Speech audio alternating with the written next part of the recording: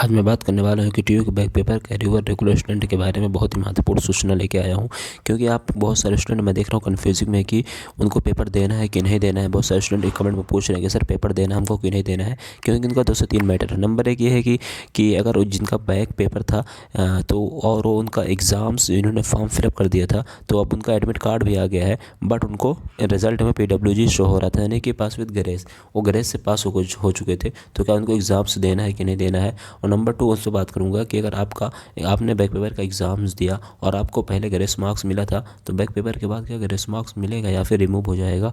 और नंबर 3 कि grace marks कितना मिलता है, 7 नंबर, 10 नंबर, 14 नंबर, कितना ग्रेस मार्क मिलता है। तो तीनों पॉइंट में बात करूँगा। तो सबसे पहले मैं स्टार्ट करता हूँ वो स्टूडेंट का जो रेगुलर स्टूडेंट है और उनके किसी सब्जेक्ट में बैक है।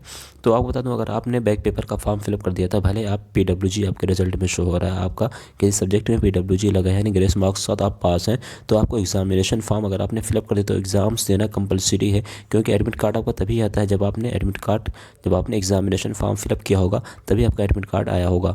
अगर आपका एडमिट कार्ड आ चुका तो आपको एग्ज़ाम देना है, ये कंपलसरी है, ठीक है। क्योंकि अगर आप एग्ज़ाम फॉर्म ना फिल करते तो फिर आपका एडमिट कार्ड भी नहीं आता, तो आपको एग्ज़ाम्स देना भी नहीं होता और आप फेल भी नहीं होते, क्योंकि आपको PWG मिल चुका था। बट आपने फिल कर दिया फॉर्म, तो आपको एग्ज़ाम देना कंपलसरी है, ठीक है।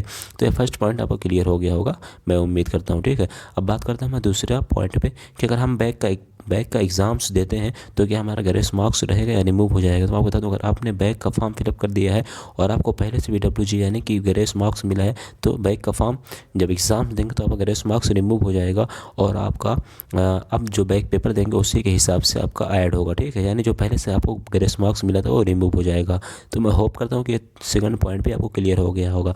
मैं बात करता हूँ थर्ड पॉइंट पे कि अगर आपको 2 नंबर, 4 नंबर, 10 नंबर कम है तो आपको कितने मार्क्स का ग्रेस मिलता है, क्या किस बैच वालों को कितना ग्रेस मार्क मिलता है। देखिए बैच वाइज ग्रेस मिलता है, सबको एक समान नहीं मिलता है।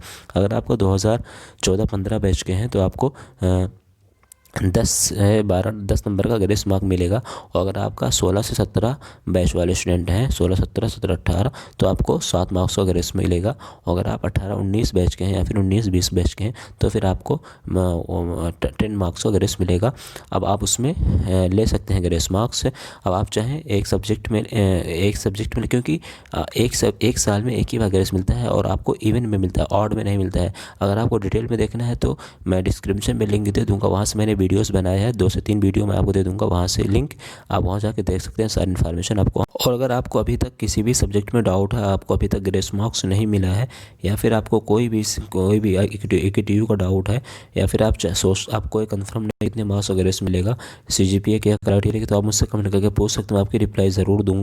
कोई भी डाउट हो कि TU से रिलेटेड आप मुझसे कमेंट करके पूछ सकते हैं। आपको नोट्स वगैरह चाहिए तो भी आप कमेंट कर सकते हैं, मैं आपको बता दूंगा नोट्स कहाँ से मिलेगी। किसी भी सब्जेक्ट को आप AKTU, BTech, B.Pharma, MBA, MCA कुछ भी कर रहे हैं, आपको नोट्स नियर अबाउट प्रोवाइड कर दूंगा मैं।